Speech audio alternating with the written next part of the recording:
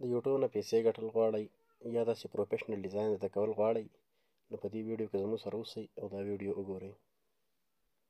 موږ به راشو د خپل موبایل سکرین ته او پیکسل لیب به کولاو کړو. په دې کې موږ ته ډایرکټ سکرین کولاو کړي. سکرین چې کولاو کړي په دې کې موږ ځان د یوټیوب دپاره سایز سلیکټ کړو. نو څومره نو سایز پکې ما سلیکټ کړی د یوټیوب دپاره. اوس چې دلته راشو په دې سکرین ته چې کله رالو دا سکرین یې موږ ته کولاو کړو دلته. د دې نه بعد که موږ د ځان دپاره تمنیل جوړو نو اول نمبر به راشو په کوم څیز دپاره پروفیشنل تمنیل موږ جوړو نو موږ به یو تصویر راواخلو د ګیلرۍ نه. سمپلي به خپل موبایل ګیلري کولاو کړو. دلته به راشو د دې ګیلرۍ نه به تصویر راواخلو او دا تصویر به سکرین ته بوځو.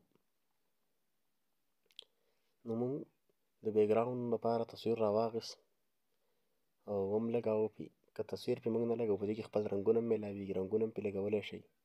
خو موږ د سکرین نه د بیکګراوند لپاره د ګیلرۍ نه تصویر راواخیست. اوس به راشو موږ د کوم تصویر مطابق ایډیټینګ کوو نو هغه تصویر به راوالو خپل سکرین ته به یې بوځو.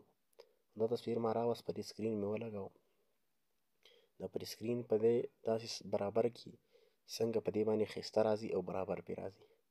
دا تصویر ما پر سکرین ولګاو. اوس به راځم د لیکلو سایډ ته. نو دا ما لیکل وکړه سایډ ته.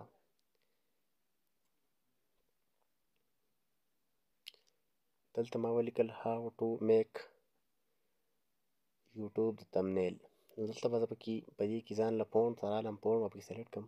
نو ما پکې دغه ایک نمبر باندې چې کوم فونټ دی دا ما سلیکټ کړو. دا دلته ما ولګاو. نو دې فونټ دا مقدار به لږ سیوا کړي. نو د فونټ دا مقدار ما لږ سیوا کړو دلته چې لږ غټ شي. اوس د دې فونټ دپاره مونږ کلر ورکوو نو چې دا کلرونه به مونږ ګورو چې د کم کلر د یو بل سره برابر راځي. نو هغه کلر مونږ دلته ورکړو. دې نه ما سور کلر ورکړ. سور کلر په دې باندې ښه ښکاري. اوس په شډو ته راواوښتم او دې کې زه دې له شډو ورکوم چې سور کلر څه کومه شډو لګي. نو دې له ما شډو ورکړه. سپینه شډو مې دې له ورکړه. اوس د دې شډو نه علاوه زه به راشم واپس دې سکرین ته او دا به سلیکټ کړم او د دې نه به کاپي والم. دغه کاپي به رانه کړم. په دې کې به یوټیوب ولیکم. نو په دې کې ما یوټیوب ولیکو. دغه یوټیوب مې راوړ دې سکرین ته. دلته مې ولګاو. د دې سایز به لږ سیوا کړم. سایز مې ورله سیوا کړ. د دې کلر هم زه بدلولی شم. که خوښه یې د سړي د خپل کلر ورکړي، کله خوښه نه وي نو بل کلر هم ورکړه. د دې فونټ هم بدلولی شي. د دې انټرو فونټ زه لګوم. انټرو فونټ داسې دی چې دا انتهایي پیټ راځي او ایزي فونټ دی. نو ما انټرو فونټ دلته ولګاو. دغه فونټ چې مې ولګاو دلته یوټیوب مې راوست. د دې نه به زه بله کاپي واخلم او زه پې دلته ولیکم تمنیل.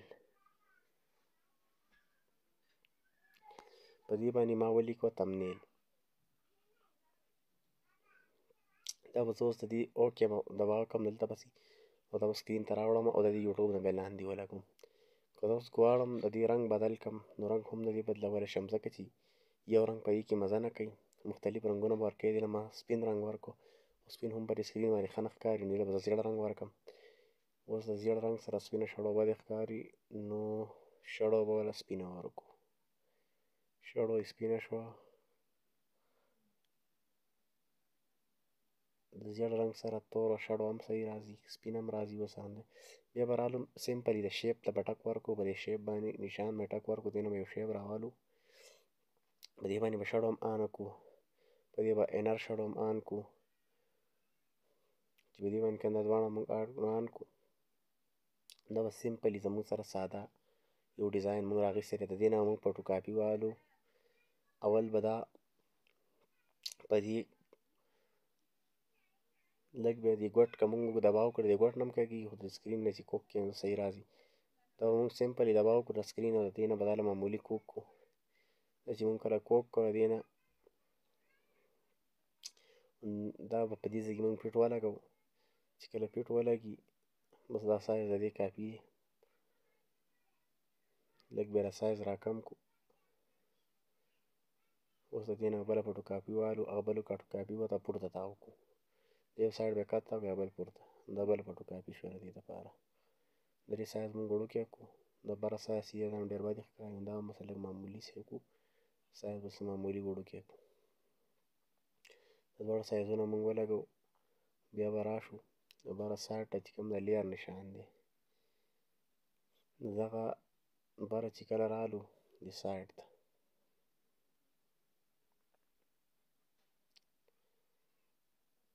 دا ډېر کږول نه غواړي، لږ معمولي به یې کوږ کړو پورته طرف ته، نو دا صحیح دی. اوس دې لیر نشان ته به راشو او دا تصویر به بر سر ته ویسو، دا نور دوه به ترې لاندې راوړو. نو دا تصویر پې د پاسه راغی او دا نور به شاته اټومیټیکلي لاړ شي. دا شاته لاړو، بیا به په تصویر باندې ټیکسچر باندې سر ټک ورکړو. د دې ځای کې نه به چې کوم تمنیل زموږ سره موږ جوړ کړی بل تمنیل ایزي، هغه تمنیل به پکې موږ راوالو او دلته یې پکې پیډ کړو.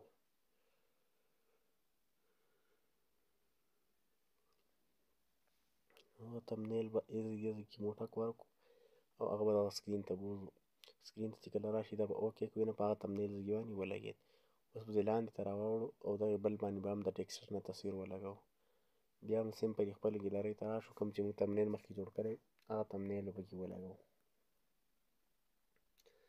راځئ ګیلرۍ کې چې کله موږ د تمنیل پې سلیکټ کړو، تمنیل هم پې ولګاو، دې ځای کې نه به موږ د بل دویم تمنیل هم پکې سلیکټ کړو او دا هم بوځو ګیلرۍ ته.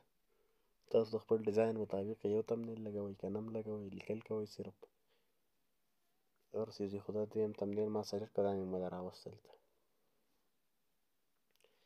دا دواړه کله موږ سلیکټ کړو نو زموږ تمنیل خو جوړ شو. د پاسه لږ لیکل راغلي دي، دې ورانولو کوشش زه کومه، خیر کلر وله ورکوم چې کلر واخلي. نو ګورو که کلر یې صحیح نه راته، خیر په دغه صورت به یې پرېږدو.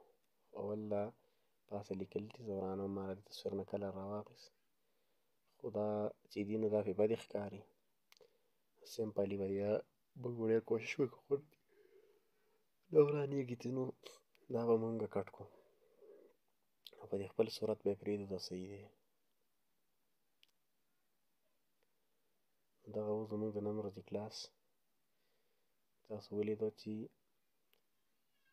how to make YouTube thumbnail، چې د یوټیوب تمنیل څنګه جوړېږي. تاسو هم خپل پریکټس وکړئ او په ګروپ کې زموږ کوم کلاس شیر شي نو په دې کې ورپسې کې تاسو خپل پریکټس شیر کړئ لازمي، ځکه چې مخکیني کلاس پریکټس هم تاسو ورپسې کې نه دی شیر کړی. نو د دې پریکټس چې لازمي په ګروپ کې شیر کړئ. د نن ورځې لپاره تاسو به تمنیل څنګه جوړوئ، how to make thumbnail.